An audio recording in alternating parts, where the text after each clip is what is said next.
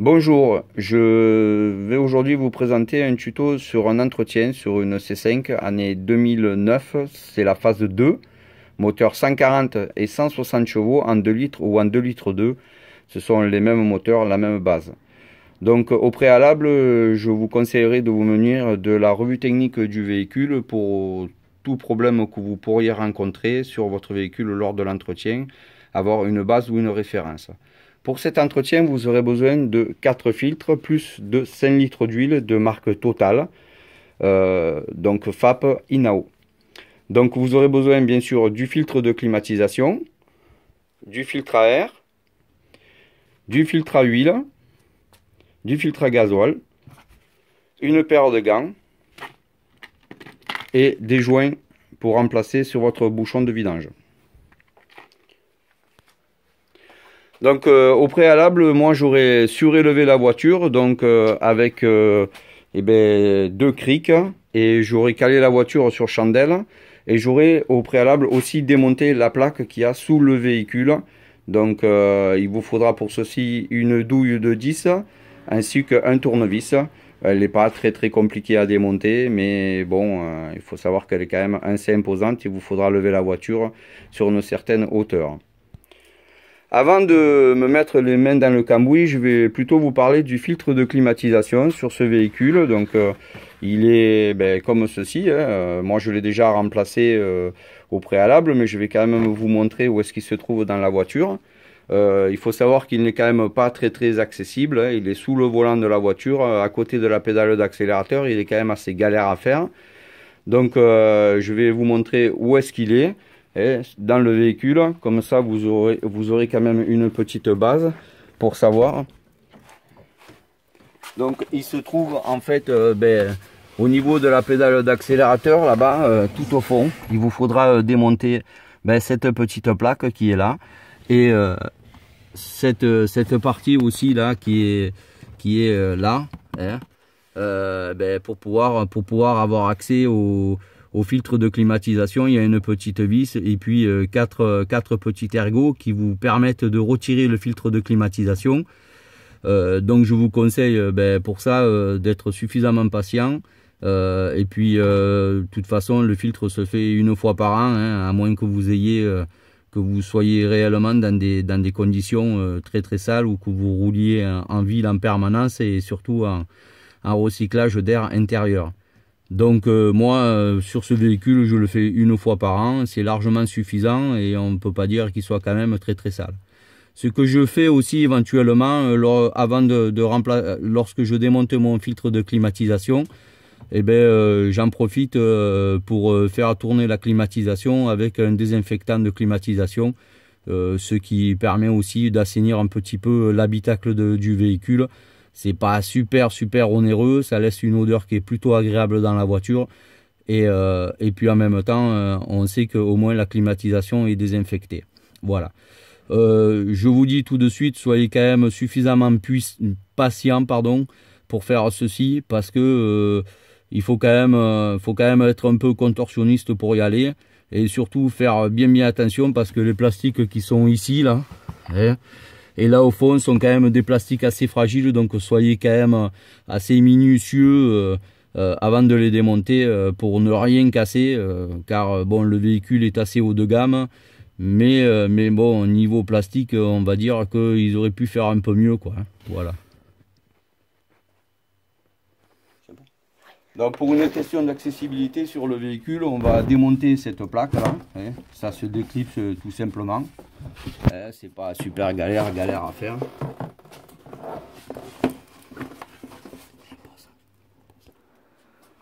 Donc ici vous avez le filtre à gasoil, ici le filtre à huile, le bouchon de remplissage d'huile, la jauge à huile. Votre filtre à air se trouve ici. Donc déjà, avant toute opération, vous allez retirer la jauge à huile, l'essuyer et la poser de côté, ouvrir le bouchon d'huile et juste le poser dessus. Déjà, prenez pour habitude d'essuyer la jauge à huile, parce que lorsque vous aurez vidangé le moteur. Si votre jauge à huile n'est pas sèche, vous allez replonger systématiquement votre jauge dans le carter d'huile et vous pourriez très bien penser avoir mis l'huile dans le moteur, et alors que finalement votre moteur sera vide. Donc pour pouvoir évaluer niveau d'huile sur le sec, sur le plat, et avec une jauge sèche. Voilà. Donc pour pouvoir démonter votre bouchon de vidange, il vous faudra un pan de 6 de 8, avec de préférence un cliquet et un adaptateur, ça sera quand même beaucoup mieux pour y aller. Et je vais vous montrer où se trouve le bouchon d'huile. Okay. Donc votre bouchon de vidange, donc votre carter se trouve ici, hein. Donc votre bouchon de vidange se trouve ici. Donc je vous conseillerais, pour une question de praticité, d'avoir fait tourner votre moteur au moins 5 bonnes minutes avant, pour que l'huile soit quand même un peu plus fluide. Mais bon, c'est quand même déjà à la base de l'huile super fluide en 5W30, donc je veux dire, il ne devrait pas y avoir trop de soucis. Donc bon, il est quand même pas, faut pas le serrer très fort quand vous le mettez en place. Donc vous voyez, moi il n'était pas vraiment très fort et ça n'a jamais cuit. Donc vous faites quand même attention, si votre moteur est chaud, de ne pas vous ébouillanter. Et vu que le bouchon est placé de cette façon, le jet risque de partir un petit peu par là-bas. Donc tenez quand même votre bocal afin que vous ne mettiez pas de l'huile de partout là où vous faites votre entretien, quoi. Voilà, donc vous avez pu constater ce que je vous ai dit. Donc il y a environ 5 litres d'huile dans le carter, donc là vous le laissez couler tranquillement, hein. Il faut pas être trop pressé pour remettre le bouchon. Mais par contre, vu que le moteur est incliné, vu la position de ma voiture, le moteur est incliné du bon sens, donc ça devrait pas mettre trop longtemps. Donc là, ça c'est votre bouchon de vidange, hein. Donc vous voyez la clé à 6 pans et votre joint de vidange que vous allez remplacer pour le remontage. Donc pour le filtre à huile, il vous faudra vous munir d'une douille de 27. Si vous avez, vous pouvez faire ça, mais bon, un pignon articulé comme ça là, avec une petite rallonge et un cliquet aussi. Donc là c'est pareil, quand vous allez démonter, ben, ça se situe ici pour le filtre à huile. Le filtre à huile se situe ici en fait. Donc c'est vrai que c'est un peu embêtant à faire. Mais surtout il faut quand même être assez prudent parce que c'est du plastique et bon, ça casse pas, mais bon. Voilà quoi. C'est pas très solide. Donc comme vous pouvez le constater, finalement j'ai enlevé mon pignon articulé, quoi. Je sais plus juste comment est-ce qu'on appelle ça, mais c'est pas très grave. Et j'ai pris 2 rallonges, donc ça arrive à passer. Il faut être quand même assez prudent. Et avec ma douille j'ai réussi à desserrer. Donc vous voyez, après une fois que c'est desserré, ça part bien. Je vous dis bien surtout, ne forcez pas. Parce que c'est quand même du plastique, c'est assez fragile et ça serait embêtant de devoir aller chez le constructeur pour aller chercher ceci. Donc bon, moi je voulais pas montrer, mais je me suis quand même muni d'une bombe de nettoyant parce qu'effectivement on peut arriver à mettre de l'huile un peu à côté là quand on extrait le filtre à huile.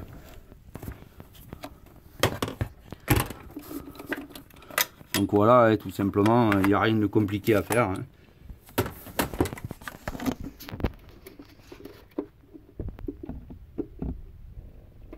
Pour le démonter, voilà, tout simplement, votre filtre à huile, il est tout simplement là-dedans. Donc le filtre à huile, il est dans la cloche, tout simplement. Donc vous le prenez, vous tirez dessus, il vient. Il n'y a rien de super compliqué à faire, hein.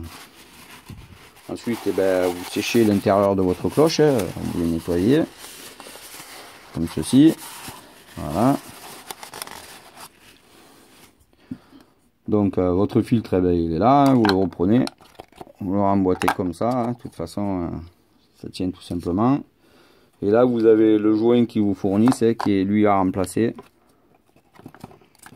Tac. vous le prenez, vous le mettez. De toute façon, quand vous allez serrer, ça va se remettre en place tout simplement. Voilà. Voilà. Tout simplement, il va aller à sa place quand vous allez serrer. Alors ceci, ils l'ont marqué, je crois, dessus. Hein, c'est serré à 25 Nm, donc ça fait 2,5 kg. Ça fait vraiment pas serré très très fort quand même. Dites-vous bien une chose, c'est que c'est toujours du plastique et que ça casse facilement. Donc c'est pas parce que la voiture est chère et qu'on vous prend cher chez Citroën que forcément les pièces qu'on mis dessus, ce sont des pièces qui sont ultra robustes, quoi. Donc vous voyez, votre filtre à huile, tout simplement, il va aller là-dedans. Là-dedans, vous avez un clapet. Ce clapet, il sert en fait, quand le filtre il est posé, ben, à pouvoir garder de l'huile dedans, afin que la pompe à huile n'ait pas trop à forcer pour le remplir. Hein. Donc là, ben, vous n'avez pas besoin de mettre d'huile ni rien de tout ça. Votre moteur s'en chargera.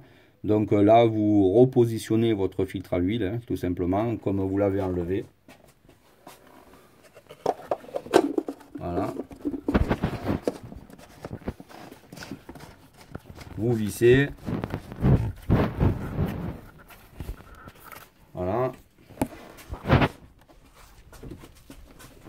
Vous reprenez votre clé, hein, celle qui vous sera pas, celle qui aura été le mieux pour vous en fait pour le démontage. Voilà.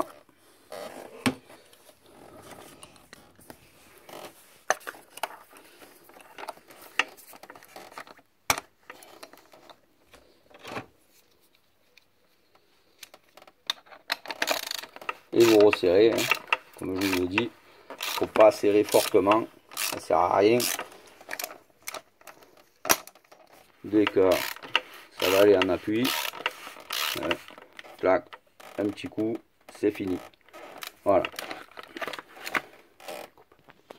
Donc avec un nettoyant frein, tout simplement, hein, vous pulvérisez pour nettoyer s'il y a de l'huile qui est tombée, pour que votre moteur reste quand même assez propre. Voilà. Vous pouvez, mais c'est pas une obligation. Voilà, de toute façon ça sèche très bien. Voilà, donc votre filtre à huile est remplacé. Donc moi ce que je fais en règle générale, c'est que je fais mon filtre à huile, mon filtre à gasoil, et je laisse du temps écouler mon huile au moteur. Comme ça, au moins, on va dire que la vidange se fait correctement. Donc votre filtre à air, en fait, pour pouvoir le changer, il n'y a rien de bien compliqué. Vous avez 4 vis qui se situent ici, ici et ici. Vous dévissez les 4 vis avec la clé appropriée. Vous faites surtout bien attention parce que vous avez le débitmètre d'air qui est juste là avec une broche. Donc il ne va pas falloir être quand même trop brutal en soulevant les éléments. Vous le faites très prudemment pour rien casser parce que tout ça c'est encore du plastique, quoi. Donc mais ça va assez bien. Donc votre filtre à air est là. Voilà. Donc bon, vous voyez, le mien n'est pas quand même très encrassé, mais comme la voiture va passer au contrôle, je le fais systématiquement.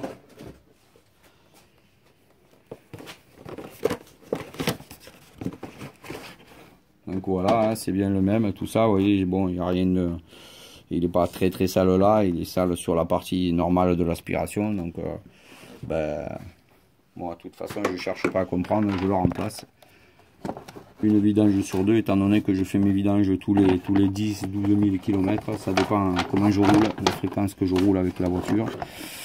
Donc après, tout simplement, hein, vous remontez votre filtre. Voilà, vous voyez, il n'y a rien de compliqué à faire. Tout ça, ça peut se faire quand l'huile s'écoule dans votre bac, hein, en bas. Vous serrez toujours de façon modérée. Ça sert à rien de serrer trop fort.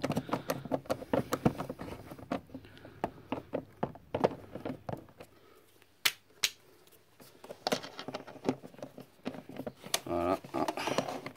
Là, j'ai une mauvaise surprise.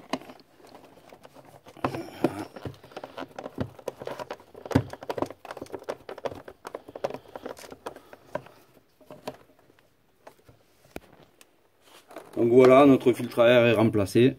Comme vous avez pu le voir, il n'y a rien de trop compliqué. Une vidange sur deux, si vous faites vos fréquences à 15 000, vous pouvez le faire une vidange sur deux.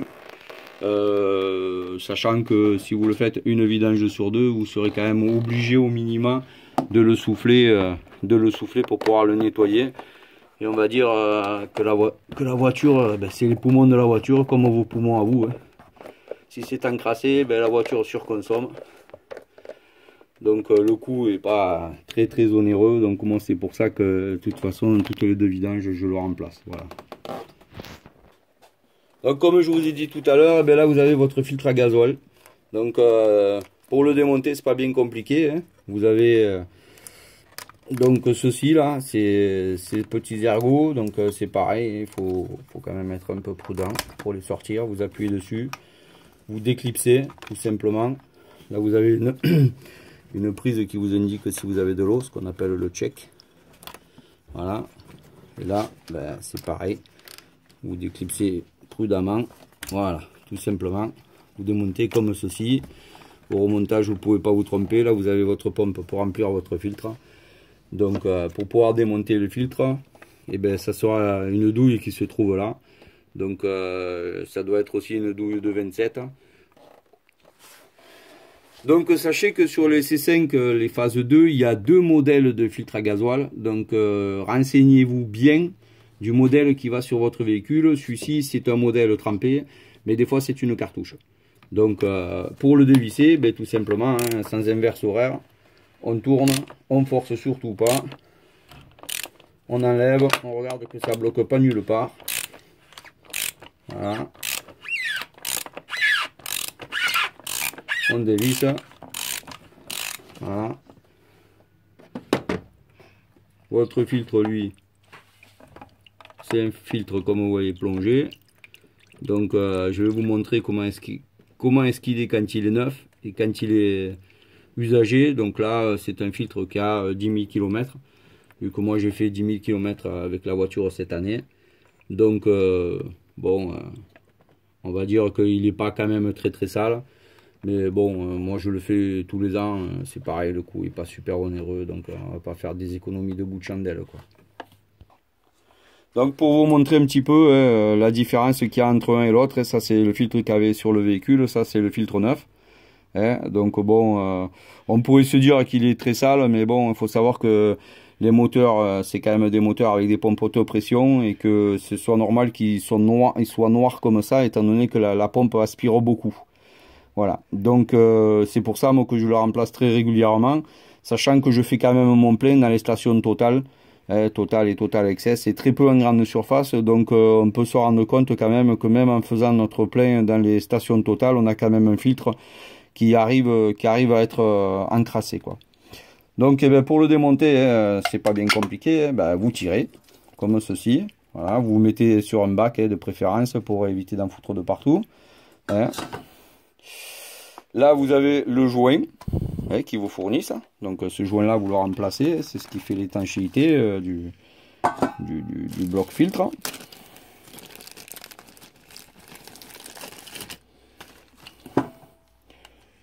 Ouais, c'est un peu le même principe que le filtre à huile, finalement. Hein. Sauf que là, quand vous allez le remonter, il va falloir faire super attention. Hein, parce que si c'est pas étanche à 100%, la voiture va se désamorcer. Et après, c'est un peu plus compliqué pour la ramorcer.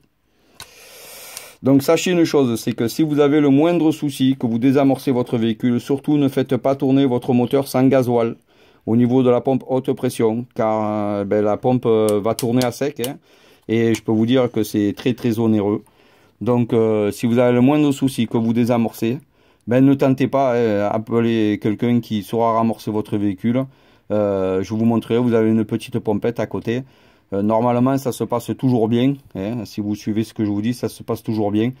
Mais sachez que si toutefois votre véhicule s'arrête, surtout n'insistez pas trop pour la redémarrer. Parce que la pompe de pression, elle se mettra à limailler. Et à envoyer de la limaille de partout. Et ça sera 4 injecteurs, plus une pompe, plus un nettoyage de circuit de combustible. Voilà, vous le remboîtez tout simplement comme ça. L'histoire est réglée, ça c'est ce qu'ils vous ont donné là, si vous voulez boucher les trous là. Voilà, mais bon, moi je ne les ai pas utilisés. Hein. Vous mettez ça là, puis voilà. Donc comme vous avez pu voir, enfin comme vous le voyez là, moi j'ai vidé le bac là et je l'ai nettoyé parce qu'il y avait quelques petites impuretés au fond. Donc vous avez ici là, si vous le désirez, un bouchon de vidange pour vidanger ce bac. Moi je l'utilise pas, tout comme j'utilise pas trop la pompette là. Car bon, le 3/4 du temps, si on se met à les utiliser, ben, elles arrivent à lâcher. Donc moi ce que je fais, c'est que ben, je mets du gasoil neuf à l'intérieur, tout simplement. Hein. Je m'en munis un petit peu lorsque je fais mon plein. Je remplis ben, le bocal. Voilà. Je remets à peu près ce que j'ai enlevé.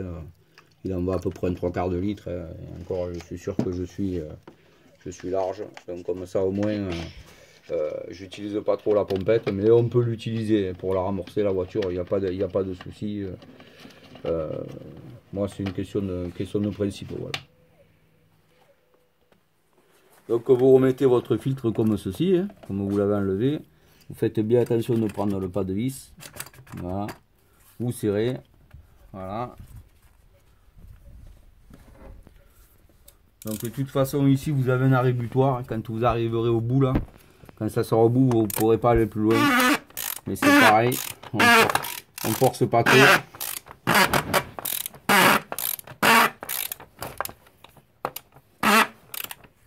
Voilà, là c'est au bout.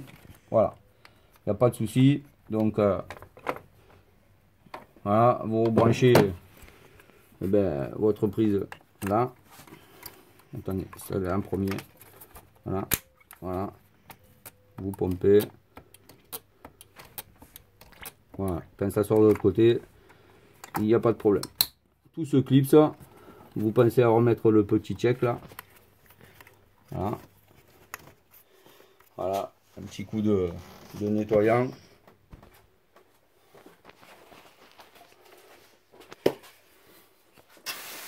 Voilà, pour ne pas... Bon, il y a toujours un petit peu de gasoil qui tombe. Hein. Donc là, eh ben, en fait, on a fait le filtre à air, le filtre à huile, le filtre à gasoil. Vos 3 filtres sont remplacés et je vous laisserai regarder pour le filtre de climatisation. Vous amusez un petit peu dans l'habitacle au niveau de la pédale d'accélérateur. Donc, il faut quand même penser que vous n'avez pas remis votre bouchon d'huile, donc il va falloir penser à le remettre. Mais avant toute chose, je tiens quand même à préciser qu'une vidange, c'est pas rien que remplacer des filtres et remettre de l'huile dans un moteur. C'est aussi faire les niveaux du véhicule et regarder l'état général du véhicule. Donc là, sur ce modèle ici, on a le liquide de refroidissement, le LC, le liquide Colide, soit Citroën, soit moi comme j'ai fait le kit de distribution, j'ai mis du Renault, hein, ce qui va très bien. Donc vous faites le niveau et quand votre véhicule est à plat, hein, parce que là il est un peu surélevé, donc vous avez un niveau mini maxi, donc vous regardez votre niveau mini maxi. Ici c'est le niveau hydraulique, hein, donc ce gros bocal. Donc en théorie on n'a pas y touché, s'il y a le moindre sourcil il y a un voyant. Et là si un voyant c'est clair, ben, moi le premier, hein, on voit c'est tout ce qui est sphère, tout ce qui est direction. Voilà, donc s'il manque un niveau quelconque, un voyant s'éclairera. Hein. Ici, vous avez le lave-glace, hein. C'est très important. Voilà. Ici, là, vous avez le niveau de liquide de frein. Hein. Et puis, assistance embrayage aussi, parce que c'est un embrayage hydraulique. Hein. Donc, notamment, il faut savoir que sur ces modèles-là, c'est un modèle bimasse. Voilà. Donc, pour ceux qui ne savaient pas. Donc vous voyez, moi mes plaquettes de frein arrière commencent à être un petit peu limite, donc le niveau il commence à être un peu bas, donc ce sera ce que je vais faire très prochainement. Voilà. Après, il faut regarder aussi un petit peu l'état général du véhicule, hein, c'est-à-dire vous allez regarder la courroie d'accessoires qui est là, hein, vous avez la chance, il n'y en a qu'une sur celle-là. Donc si elle n'est pas abîmée, si elle n'est pas craquelée, si elle n'est pas détendue, si notamment le galet qui est là derrière n'est pas trop abîmé. Donc ça, vous allez aussi le contrôler. Si vous voyez qu'elle est un peu trop abîmée ou qu'elle est craquelée, il faut la changer. Alors, elle n'entraîne pas la pompe à eau sur ce modèle-là, mais elle entraîne l'alternateur et la pompe de climatisation. Bon, il faut savoir que quand même, en plein été, la climatisation, on peut en avoir besoin, quoi. Voilà. Et l'alternateur, pour recharger la batterie, surtout sur ces modèles-là, ça consomme pas mal d'électricité, étant donné que tout est électrique dessus ce véhicule-là. même on va dire la direction assistée, vu que c'est une pompe électrique. Donc n'hésitez pas, elle vaut une quinzaine d'euros, n'hésitez pas à la faire, hein. À la faire, elle n'est pas très embêtante à faire, voilà. Donc aussi, on n'oubliera pas quand même de faire la pression des pneus, hein, de regarder l'état général des pneumatiques, éventuellement de regarder si votre niveau de liquide de frein là-bas baisse, il va falloir regarder pourquoi est-ce qu'il baisse et non pas en rajouter. Soit vous avez une fuite, soit c'est que vos plaquettes de frein commencent un petit peu à s'user et il faudra penser à les remplacer dans très peu de temps. Voilà. À moins d'avoir une fuite, ne rajoutez pas de liquide là-dedans. Et si vous devez rajouter du liquide, c'est du DOT 4 ou DOT 5. Voilà. Surtout, on ne met pas du liquide pour dire il en manque. Si on met du liquide, c'est parce qu'il y a forcément une raison. Ensuite, je vais vous dire verbalement, quand vous passez sous le véhicule, vous regardez les soufflets de cardan, vous regardez un peu tout, si notamment il n'y a pas de fuite d'huile autour du moteur. Si par exemple au niveau des triangles, il n'y a pas des caoutchoucs qui sont trop craquelés, si toutefois les soufflets de cardan ne sont pas percés, si vous n'avez pas trop de graisse autour des moyeux de roue, hein, parce que justement c'est ce que je vous disais tout à l'heure, un entretien ça sert aussi à regarder, à faire du préventif, quoi. C'est-à-dire à anticiper ce qui peut vous arriver avec votre véhicule et notamment pouvoir dire ce soufflet là il commence à être un petit peu vieux, donc je vais prévoir de le remplacer et ça va vous permettre de budgéter plus facilement. Donc aussi ce que vous n'oublierez pas de faire par la suite, c'est aussi de contrôler votre éclairage, c'est-à-dire notamment vos clignotants, vos feux de détresse, le feu de position, le feu de croisement, les feux de stop à l'arrière, les feux anti-brouillard et les feux de plaque. Voilà. Et notamment si vous avez des anti-brouillards à l'avant, sur ce modèle-là ils y sont, vous les regardez. Vous avez aussi les feux diurnes, voir si toutefois tout fonctionne bien. Sachez que les feux diurnes au niveau du tableau de bord, ils sont désactivables. Vous pouvez le faire dans l'éclairage. Si vous ne voulez pas les laisser en permanence, vous pouvez le faire. Vous contrôlez aussi l'état de vos balais d'essuie-glace, bien sûr, hein. S'ils sont abîmés, vous les remplacez. Ça paraît de soi-même, ça fait partie de la sécurité. Les pneumatiques, donc le gonflage, je vous en ai parlé. Moi, je mets 2,5 kg, mais vous pouvez aussi vous référer à la revue technique du véhicule. Regardez si vos pneus ne sont pas usés anormalement, hein, s'ils ne sont pas usés extérieurs, intérieurs, ou ne mettez pas trop d'air quand même dedans. Pour la simple et bonne raison, c'est qu'ils vont avoir tendance à s'user sur le milieu et vous devrez les remplacer de façon précoce. Donc n'oubliez pas avant de remettre votre bouchon d'huile, de nettoyer votre bouchon, hein, bien sûr, et puis de remplacer le joint, hein, tout simplement comme ceci.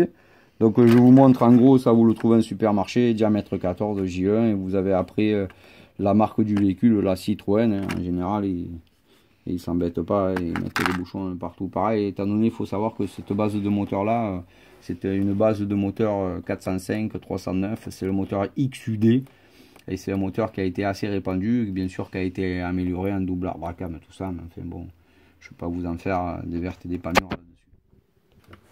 Donc vous remettez votre bouchon d'huile, hein, bien sûr, hein, de préférence de mettre de l'huile, si on ne veut pas la ramasser dans le garage.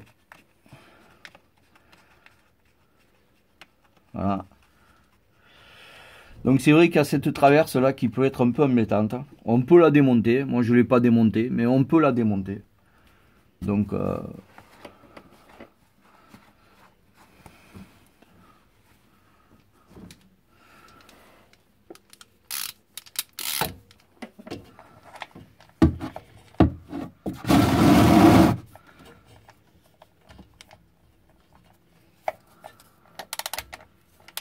quand vous serrez votre bouchon, ne le serrez pas trop fort. Le joint il est là justement pour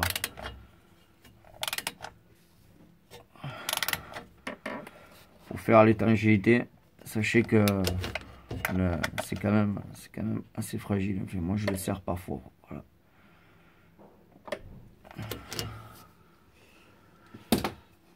Donc vu que là vous êtes sous les véhicules, et comme je vous disais tout à l'heure, vous allez regarder les soufflets de cardan qui sont là, au niveau, voilà.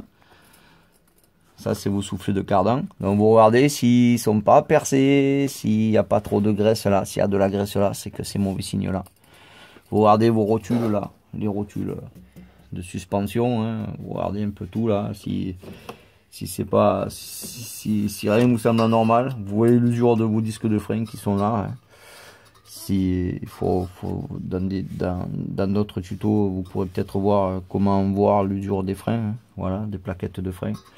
Donc là, c'est vrai que c'est vraiment plus que l'entretien. Hein. Moi, je regarde tout lorsque je fais un entretien. Maintenant, moi, c'est ce que je conseille. Donc, l'usure des plaquettes de frein, ceci. Si rien n'est abîmé là, les soufflets qui sont là, ceux-là, si rien ne vous semble anormal, en fait. Voilà. Là, ici, vous avez votre pompe de climatisation. Hein. Donc, avec votre courroie, ben, vous pouvez l'avoir aussi en visuel là. Voir si elle n'est pas abîmée. Hein. Moi, elle a été faite il y a 10 000 km lors de la distribution. Hein. Sachez que la voiture a que 116 000. Normalement, elles sont préconisées les distributions à 190 000. Donc, faut dire. Donc après, ben, vous regardez là-dessous. Hein.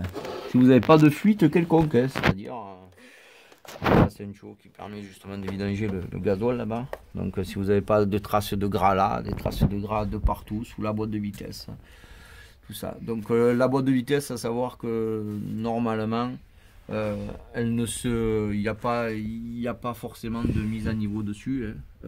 Il doit y avoir un bouchon de mise à niveau. Il faut regarder la revue technique. L'huile qui va dedans, si toutefois vous sentez que vos vitesses sont trop dures à passer, hein, et ben il faut quand même la faire regarder. Donc l'huile qui va dedans, c'est de la 75-80. Hein. Pour les boîtes manuelles, je parle, en boîte 6 vitesses. Et il y a une quantité de 2 litres. Donc moi, ce que je fais, en règle générale, c'est que tous les ans ou tous les 2 ans, ben, je la vidange. Je vidange le circuit, la boîte de vitesse, et je remets de l'huile neuve. Et pour la remplir, c'est quand même assez galère. Cette pièce-là, c'est votre émetteur, enfin votre récepteur d'embrayage. C'est ce qui permet de débrayer votre embrayage. Là. Enfin, voilà, le mécanisme. Donc c'est pour ça que je vous disais, c'est un embrayage hydraulique. Donc d'où le niveau là-haut à contrôler. Donc voilà l'huile qu'il y avait dans le moteur. Hein. Donc elle est bien noire, mais c'est un moteur diesel, donc c'est pas étonnant. Il y en a une quantité de 5 litres. Moi j'ai fait depuis le dernier entretien environ 11 000 km, 11 000 km. Donc imaginez une huile comme ça à 11 000 km, alors que c'est de l'huile FAP avec toutes les technologies qu'il demande. Une huile qui est à 20 ou 30 000 km, comme il est préconisé sur le compteur de la voiture, ben, enfin bon, j'imagine que c'est plus du goudron qui sort, mais enfin bon. Déjà, je raffine. Donc votre bouchon d'huile que vous avez dévissé, enfin de remplissage d'huile, pardon, que vous avez dévissé, il y a le sigle de l'huile dessus, donc vous ne pourrez pas vous tromper. Donc en fait, moi je l'enlève